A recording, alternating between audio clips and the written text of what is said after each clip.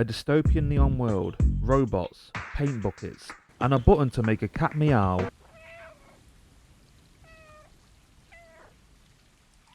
are all the things you need to make a great video game. And this game is almost my cup of tea. When you start off a game rolling around an overgrown area with a bunch of pussies who watch you bottle a jump and witness you get lobbed in the bin, you know you're onto a zinger.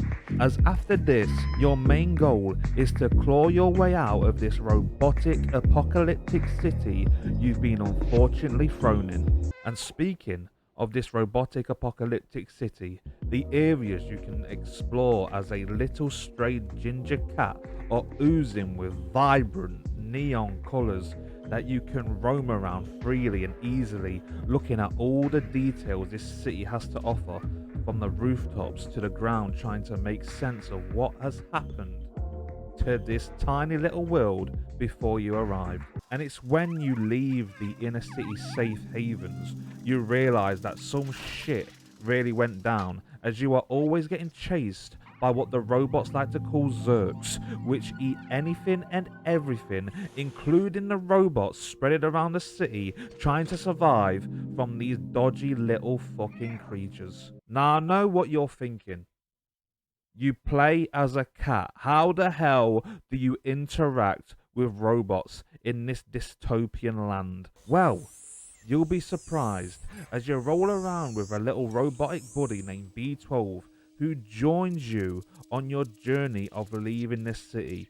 And every robot in this game likes to have a little chinwag with the ginger pussy while showing their love to the outsider, even showing you love and playing you songs whilst you have a catnap.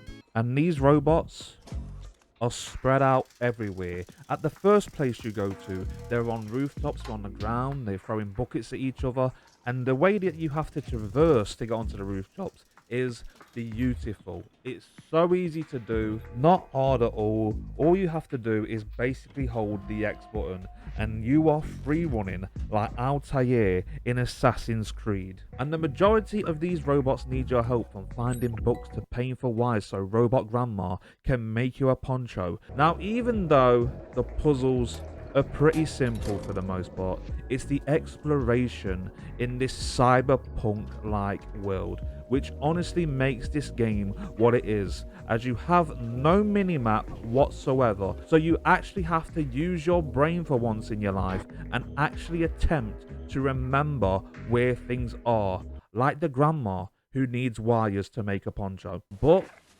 that's about it for the game, and unfortunately this game doesn't last long at all. You could honestly finish this game in one sitting if you aren't fussed about chin-wagging with all the robots. And unlike other indie games, there is no wow factor or no OMG moment, and there needs to be just a few more things added to this world, just a few more details, maybe a string ball, just lob that around a bit. Make a puzzle out of that, instead of just me as a ginger stray cat having naps in the most random of places. Now, even though this game doesn't take too long to finish, it is definitely worth a gander if you want a deep dive into chin-wagging with all the robotic residents and exploring and free roaming this neon vibe city as the stray pussy that you are. Also, did I mention you can press circle to meow?